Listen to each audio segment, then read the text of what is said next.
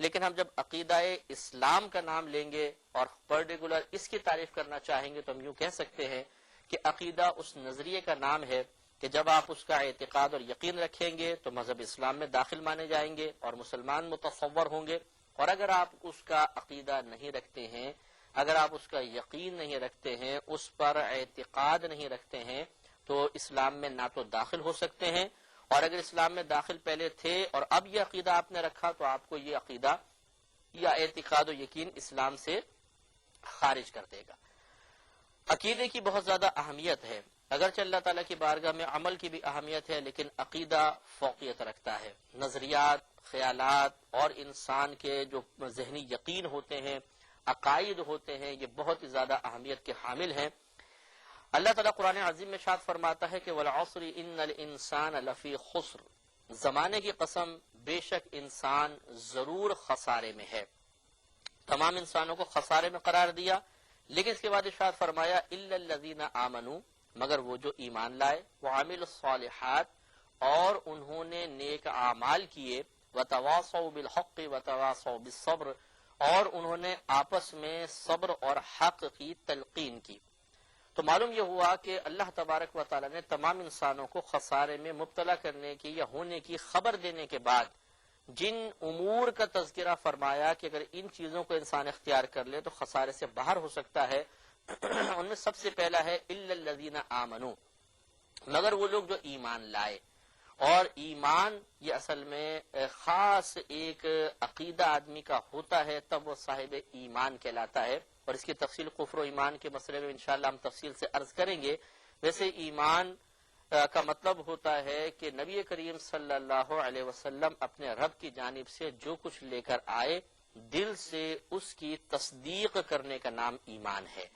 تو گویا کہ جو کچھ نبی کریم لے کر آئے اگر آپ اس پر اعتقاد و یقین رکھتے ہیں، دل سے اس کی تصدیق کرتے ہیں تو ایمان ہوا، اور ایمان لانے میں عمل کا کوئی دخل نہیں ہوتا، یعنی ایمان اصل میں قلبی کیفیت کا نام ہے، ایک قلبی یقین کا نام ہے۔ ہاں یہ الگ بات ہے کہ پھر جب آپ کلمہ پڑھتے ہیں تو آپ مسلمان بھی کہلاتے ہیں، کیونکہ زبان سے اپنے صاحب ایمان ہونے کا اقرار کرنا یہ اسلامی احکام کے جاری ہونے کے لیے شرط ہوتی ہے، ورنہ میں کیسے پتہ چلے گا کوئی مسلمان ہے۔ لیکن ایمان کا تعلق فقط نظری اور دل کی تصدیق کے ساتھ ہوا، تو معلوم یہ ہوا کہ سب سے پہلے اللہ نے اعتقاد کا تذکرہ فرمایا، اس کے بعد عمل ہے۔ اور یہی اعتقاد کی درستگی کس طرح انسان کو فائدہ پہنچائے گی، اللہ تعالیٰ نے ارشاد فرمایا کہ والذین آمنوا وعملوا الصالحات، اور وہ لوگ جو ایمان لائے اور انہوں نے نیک اعمال کیے، سندخلہم جنات تجری من تحتها الانہار خالدین فیہا، ان قریب ہم انہیں ایسے باغات میں داخل کریں گے کہ جن کے نیچے سے نہریں بہتی ہیں، وہ اس میں ہمیشہ رہیں گے۔ خالدین فیہا ابدا، خالدین اور ابدا دونوں کو ملایا، وہ اس میں ہمیشہ ہمیشہ رہیں گے۔ وعد اللہ حقا، اللہ تبارک و تعالی کا وعدہ حق ہے، سچ ہے۔ ومن اصدق من اللہ قیلا، اور اللہ تبارک و تعالی سے بات اور قول کے اعتبار سے کون زیادہ سچا ہو سکتا ہے۔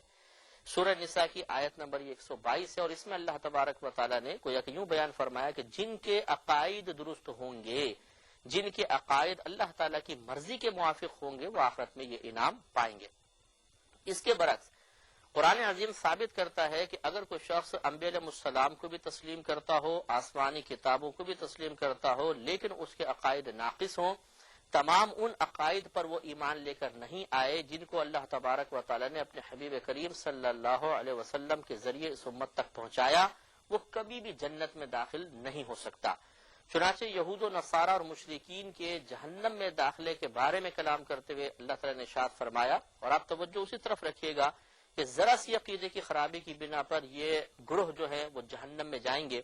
اللہ تعالیٰ ارشاد فرماتا ہے سورہ بقرہ آیت نمبر 161 اور 162 میں کہ ان الذین کفروا، بے شک وہ لوگ جو کافر ہوئے، وماتوا، اور وہ مر گئے، وہم کفار، اس حال میں کہ وہ کافر تھے، اولئک علیہم لعنت اللہ والملائکۃ والناس اجمعین، یہ وہ لوگ ہیں کہ جن پر اللہ تبارک و تعالی اور فرشتوں اور تمام لوگوں کی لعنت ہے۔ خالدین فیہا، وہ اس جہنم میں ہمیشہ ہمیشہ رہیں گے۔ لا یخفف عنہم العذاب، ان سے عذاب میں کوئی تخفیف نہیں کی جائے گی۔ ولا هم ينظرون، اور نہ وہ مہلت دیے جائیں گے۔ معلوم یہ ہوا کہ عمل تو یہود و نصارہ اور مشرکین بھی کرتے تھے، اچھے عمل اب بھی کرتے ہیں، لیکن ایک نظریے کی خرابی کی بنا پر، ایک عقیدے کی خرابی کی بنا پر یہ ہمیشہ ہمیشہ جہنم میں رہیں گے جب تک کہ ایمان لے کر نہ آئیں۔ مزید اللہ تبارک و تعالی ان کے بارے میں ارشاد فرماتا ہے، یہ سورہ البینہ آیت نمبر 6 اور 7 آپ کی خدمت میں عرض کر رہا ہوں کہ ان الذین کفروا من اہل الکتاب والمشرکین،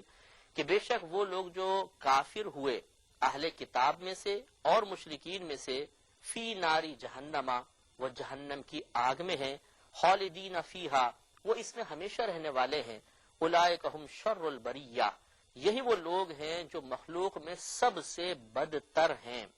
ان الذین آمنوا، بے شک وہ جو ایمان لائے، وعملوا الصالحات، اور انہوں نے نیک اعمال کیے، اولئک ہم خیر البریہ، یہ لوگ مخلوق میں سب سے بہتر ہیں۔ تو معلوم یہ ہوا کہ دیکھیں نظریے کی تبدیلی کی بنا پر ایک جگہ نظریہ خراب، عقیدہ خراب، ہمیشہ ہمیشہ جہنم، اس کے مقابلے میں عقیدہ درست، ہمیشہ ہمیشہ کی جنت۔ اگرچہ عمل میں دونوں برابر ہوں، لیکن عقیدے کی خرابی کی بنا پر ایک جہنم میں ہمیشہ رہے گا اور ایک جنت میں داخلے کی سعادت حاصل کرے گا۔ اور مسلم شریف میں باب وجوب الایمان برسالۃ 3 میں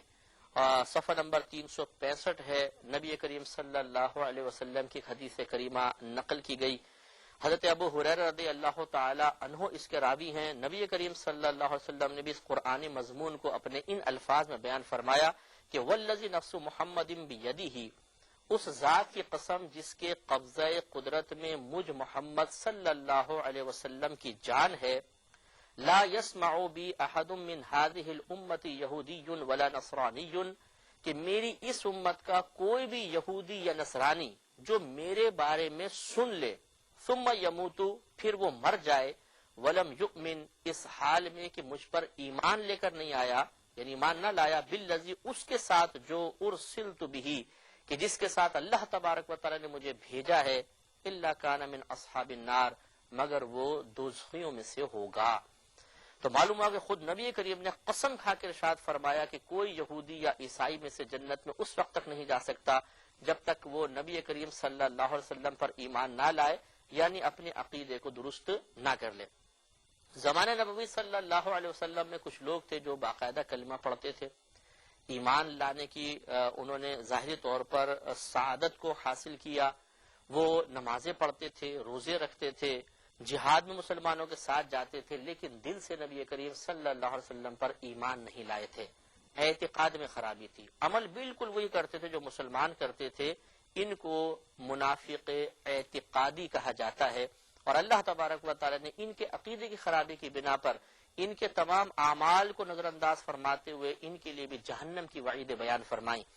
لہذا سورۃ المنافقون آیت نمبر 1 میں ارشاد فرمایا، اذا جاءک المنافقون، اے حبیب کریم صلی اللہ علیہ وسلم جب منافق آپ کی خدمت میں حاضر ہوتے ہیں، قالوا، تو یہ کہتے ہیں کہ نشہد انک لرسول اللہ، ہم گواہی دیتے ہیں کہ بے شک آپ اللہ کے رسول ہیں، واللہ یعلم انک لرسولہ، حالانکہ اور اللہ تعالیٰ خوب جانتا ہے اے حبیب کہ آپ اللہ کے رسول ہیں، واللہ یشہد، اور اللہ تبارک و تعالیٰ گواہی دیتا ہے، ان المنافقین لکاذبون، کہ بے شک منافق ضرور جھوٹ بولنے والے ہیں۔ حالانکہ زبان سے تو سچ کہہ رہے ہیں، مراد یہ ہے کہ ان کے دلوں کے اندر ابھی ایمان راسخ نہیں، دل سے نبی کریم صلی اللہ علیہ وسلم کا انکار کرتے ہیں، لہذا یہ کافر ہیں۔ انشاءاللہ زندگی رہی اگلے پروگرام میں مزید عقیدے کے بارے میں اور بھی کلام کیا جائے گا۔ وآخر دعوانا ان الحمدللہ رب العالمین۔